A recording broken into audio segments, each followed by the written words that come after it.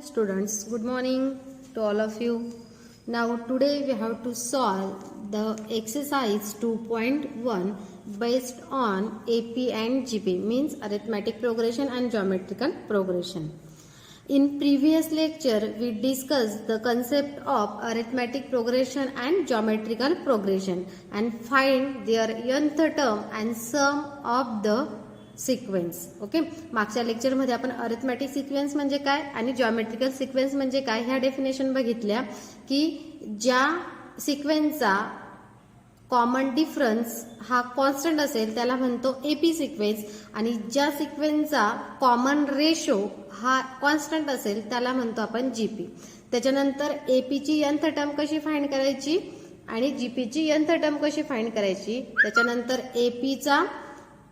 एपीची सम कशी फाइंड करायची, एसएनचा फॉर्म्युला आणि जीपीची सम याचे तीन फॉर्म्युले, तीन कंडिशन्स आपण बघितल्या. Depends on r less than 1 असेल तर एसएनचा फॉर्म्युला, आर ग्रेटर दॅन 1 असेल तर एसएनचा फॉर्म्युला आणि आरची व्हॅल्यू एक्झॅक्टली 1 असेल, आर म्हणजे काय कॉमन रेशो एक्झॅक्टली 1 असेल तर त्याची समचा वेगळा फॉर्म्युला. ठीक आहे, मग ह्या सर्व थेअरीवर डिपेंड आहे तुमची एक्सरसाइज 2.1 ते आज आपण सॉल्व्ह करणार आहोत. Now first question is check whether the following sequence are GP, if so write TN. म्हणजे आपल्याला काय चेक करायचं आहे, ह्या खाली ज्या सिक्वेन्स दिलेल्या आहेत ते जीपी आहेत का, आणि जर जीपी असेल सो राईट टीएन. मग जीपी सिक्वेन्स कशाला म्हणतात ते आपल्याला क्लिअर पाहिजे. जीपी सिक्वेन्स म्हणजे काय की ज्याचा कॉमन रेशो हा कसा असेल, कॉन्स्टंट असेल.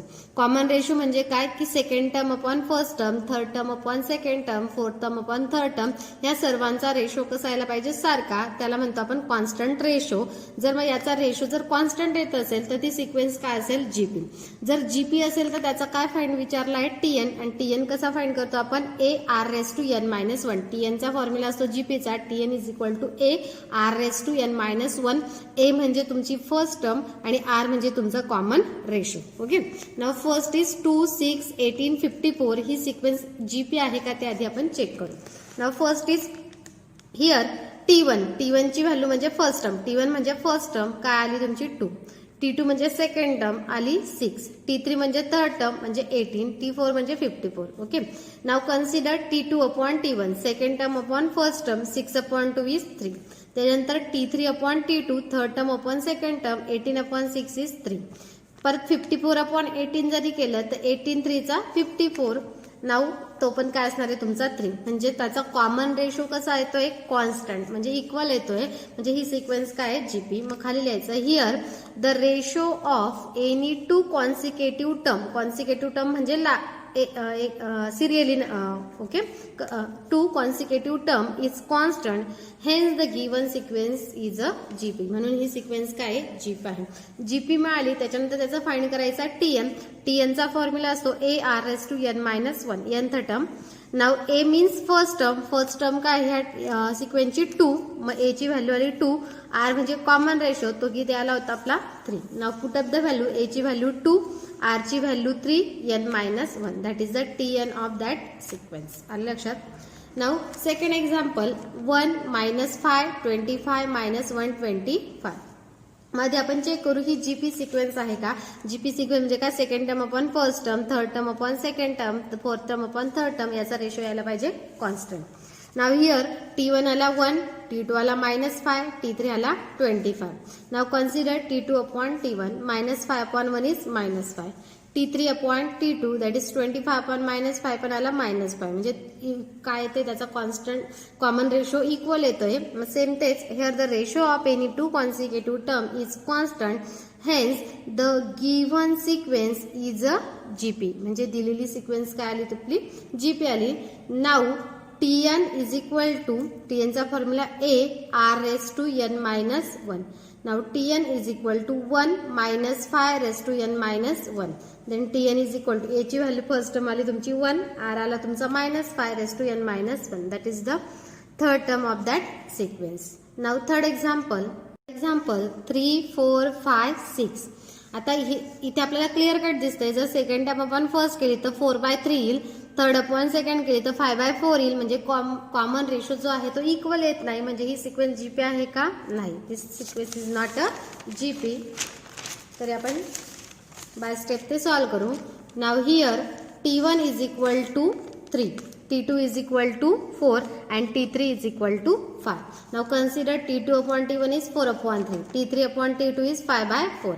Now here the ratio of any consecutive terms, any two consecutive terms is not a constant. Constant आहेत का त्या नाही, म्हणून hence the given sequence is not a GP. मग ती सिक्वेन्स जीपीचं नाहीये तर त्याचा TN फाइंड करायचा प्रश्नच नाही.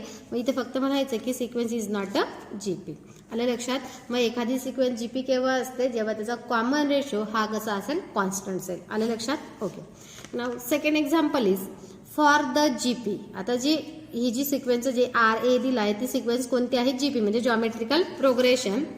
फर्स्ट इज जर आर इज इक्वल टू 1/3 असेल, ए इज इक्वल टू 9 असेल, फाइंड T7. म्हणजे आर कॉमन रेशो दिलाय, ए म्हणजे फर्स्ट टर्म दिली आणि T7 म्हणजे यांची व्हॅल्यू काय दिली तुम्हाला 7 आणि फाइंड करायचं आहे T7. आणि सेकंड एक्झाम्पल मध्ये आर दिलाय -3, T6 टर्म दिली आहे आणि ए फाइंड करायचा आहे. ओके. फॉर्म्युला आपल्याकडे आहे, दोन किमती दिल्या आहेत, एक व्हॅल्यू आपल्याला फाइंड आउट करायची. Now first is here r ची value 1/3 and a is equal to 9.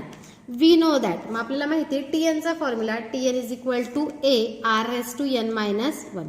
आपल्याला फाइंड करायचा आहे T7. Now n is equal to put 7, a ची व्हॅल्यू 9, आर ची व्हॅल्यू 1/3, n ची व्हॅल्यू 7, 7 -1.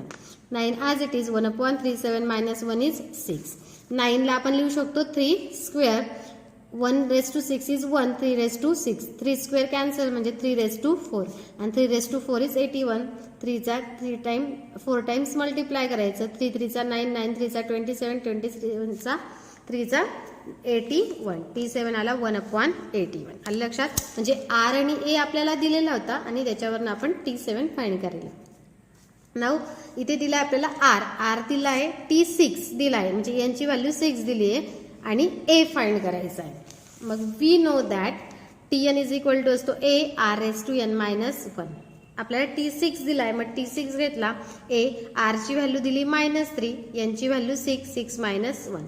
T6 ची व्हॅल्यू दिली आहे 1701 is equal to a -3, 6 -1 is 5.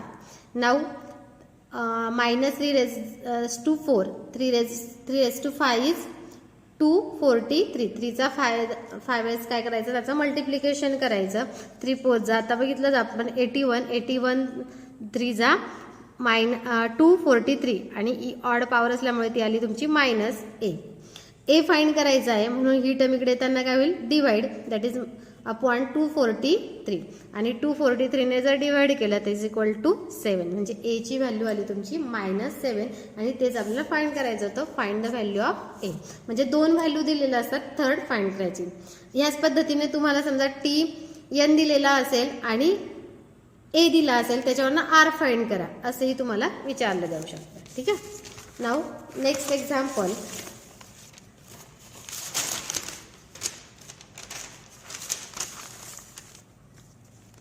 If for a sequence TN is equal to दिलाय 5 raised to n -3 upon 2 raised to n -3. हा TN दिली, nth term दिली एका सिक्वेन्सची. Show that the sequence is a GP. आपल्याला काय शो करायचे आहे की हा TN दिलेली जी सिक्वेन्स आहे ती काय आहे, जीपी आहे. Find it first term and the common ratio. आणि त्याची फर्स्ट टर्म लिहा आणि कॉमन रेशो. आधी महत्वाचं काय की ती जीपी आहे की नाही ते शो करायचं. मग एखादी सिक्वेन्स ही जीपी केव्हा असते, जेव्हा त्याचा कॉमन रेशो हा कसा असेल, इक्वल असेल. मग आपल्याला एक टर्म दिली TN, त्याच्यावरून आपण दुसरी टर्म घ्यायची. म्हणजे समजा पुढची घ्या किंवा मागची घ्या. पुढची जर घेतली तर पुढची टर्म काय येईल, TN+1 ती घ्यायची आणि त्या दोघांचा रेशो काय यायला पाहिजे, कॉन्स्टंट व्हॅल्यू यायला पाहिजे. जर ती कॉन्स्टंट व्हॅल्यू आली तर ती सिक्वेन्स काय असेल, जीपी असेल. ओके. बघा मग TN दिलाय आपल्याला 5 raised to n -3 upon 2 raised to n -3. आपण दुसरी टर्म घेतली TN+1 म्हणजे यांची व्हॅल्यू काय पुट केली 1 म्हणजे हा झाला तुमचा n+1 -3 म्हणजे तो झाला 1 + -3 म्हणजे -2. सेम इथे पण n+1 -3 म्हणजे n -2.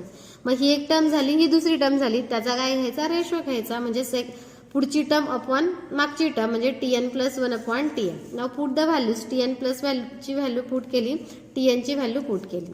5 raised to n -2 upon 2 raised to n -2 he term वरती गेली. 2 raised to n -3 upon 5 raised to n -3.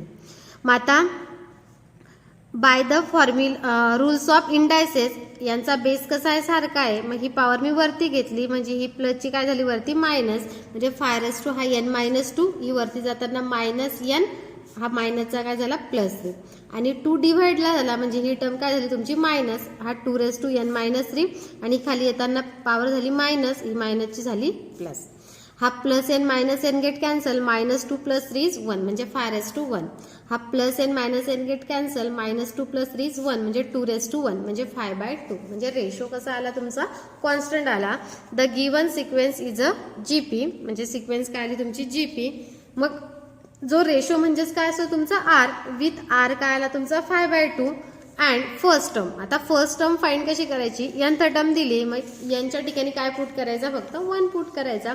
टीची यांची व्हॅल्यू जर 1 पुट केली म्हणजे हा झाला T1, 5/1 -3 म्हणजे -2, इथे पण 1 - 3 म्हणजे -2.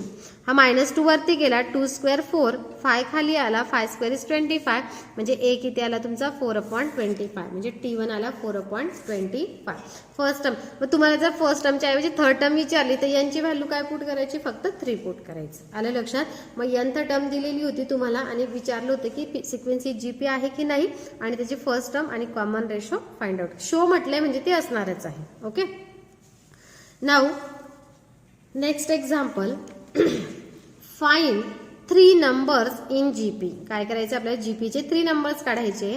सच दॅट, मग त्याच्यासाठी कंडिशन काय दिली, such that their sum is 21 म्हणजे त्यात 3 नंबरची सम काय दिली आपल्याला 21 and sum of their square is 189 आणि सम ऑफ देअर स्क्वेअर म्हणजे त्याची सम करून त्याचा जो स्क्वेअर आहे तो काय येतोय 189.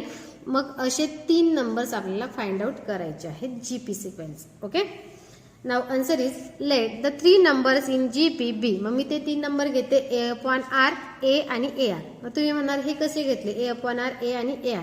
मग मी तुम्हाला मागे पण मागच्या लेक्चरला सांगितलं असेल की जीपी सिक्वेन्स ह्या पद्धतीने तुम्ही डिनोट करू शकतात. A/R जर याचा कॉमन रेशो बघितला तर इक्वल येईल बघा, A/A/R, A cancel 1/R, AR/A, A cancel 1/R. म्हणजे हा जो आहे सॉरी आर वरती आर कॉमन रेशो काय येतो याचा आर येतो आहे. म्हणजे हे जी सिक्वेन्स आहे ती कोणती असणार आहे तुमची जीपी. म्हणजे जीपी सिक्वेन्स जे कॉन्सिक्युटिव्ह 3 नंबर्स आहेत जसं एपी सिक्वेन्सचे तुम्ही A-D, A आणि A+D ह्या पद्धतीने 3 नंबर्स घेतात त्या पद्धतीने जीपी सिक्वेन्सचे A/R, A आणि AR ह्या पद्धतीने आपल्याला 3 नंबर्स घ्यायचे असतात की ज्याचा कॉमन रेशो कसा येतोय आर येतोय. ओके. मग हे 3 नंबर्स मी घेतले म्हणजे आपल्याला फाइंड करायची व्हॅल्यू आता A आणि R ची. ते 3 नंबर मी घेतले पण आपल्याला A आणि R माहिती आहे का नाही. मग त्याआधी आपल्याला फाइंड आउट करावे लागतील आणि ते फाइंड आउट करण्यासाठी ह्या 2 कंडिशन आपल्याला गिव्हन दिल्या. ओके.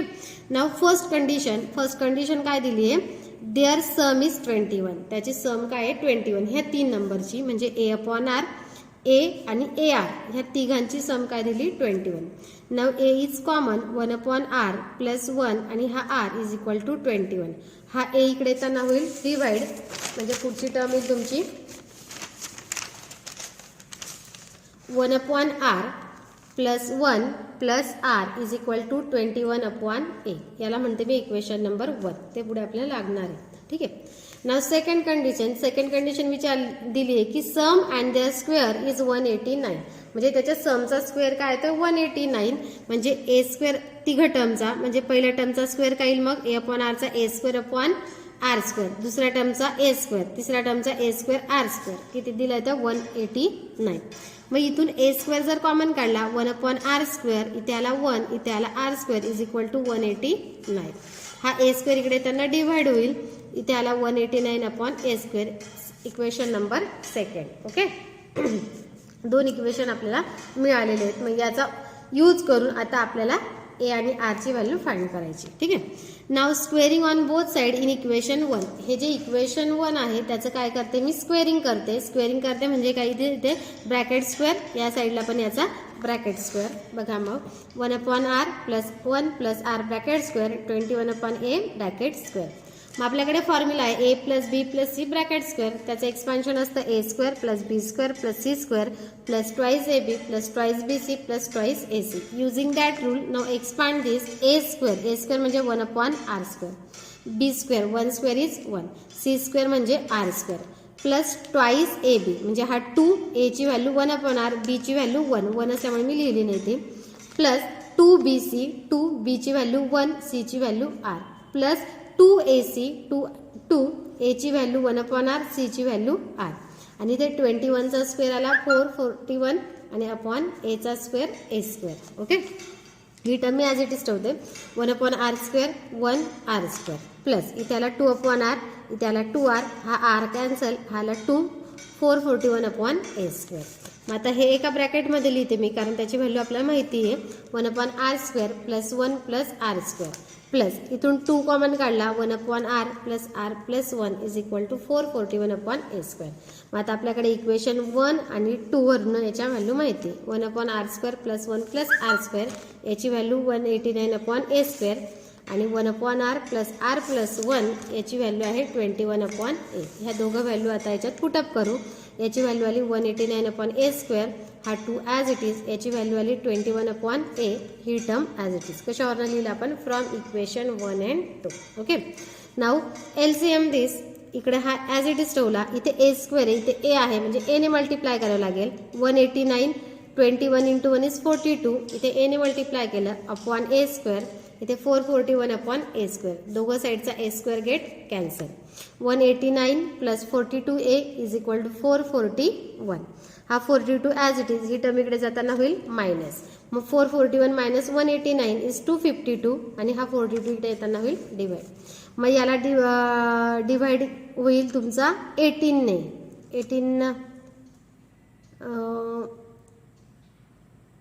14 ने, 14चा